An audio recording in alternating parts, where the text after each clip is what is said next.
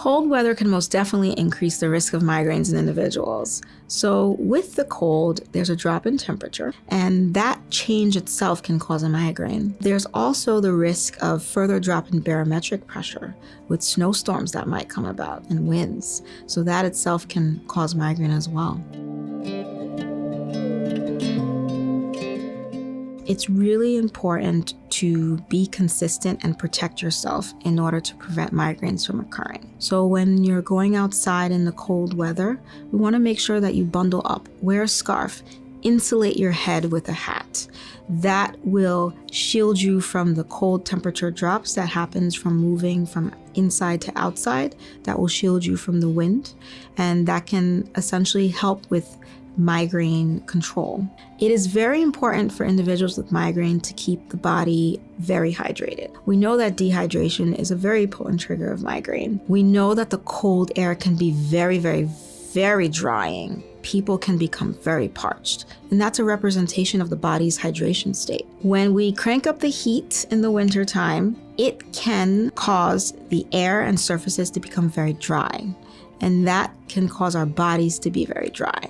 And that dryness can lead to dehydration. So we want to make sure we replenish that water in the body. So we need to at least drink 7 to 8 glasses a day. And if that's hard, try to make sure you drink water when you get up from sleeping, before each meal. That will kind of keep it in there and keep the body hydrated. When we are indoors and the heat is on, in order to prevent a migraine, we want to make sure that there isn't a change in the temperature that's so extreme.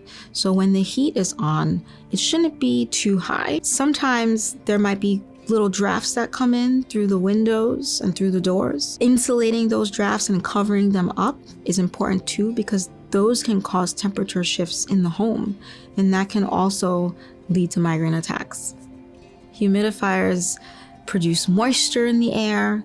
The air can be very dry from the heat indoors, so that's actually a nice way to control the temperature and help keep the body hydrated. A lot of the times with seasonal changes, individuals can feel very disheartened and sad because they feel as though they can't control what is occurring. I want to make sure that they know they're doing the right thing and to continue on being consistent. The migraine brain loves a schedule, and they want to make sure that they're eating regularly, sleeping regularly, and staying hydrated. That's the first level of armor. Once they have that armor, they can do anything, and that's how they take back that control.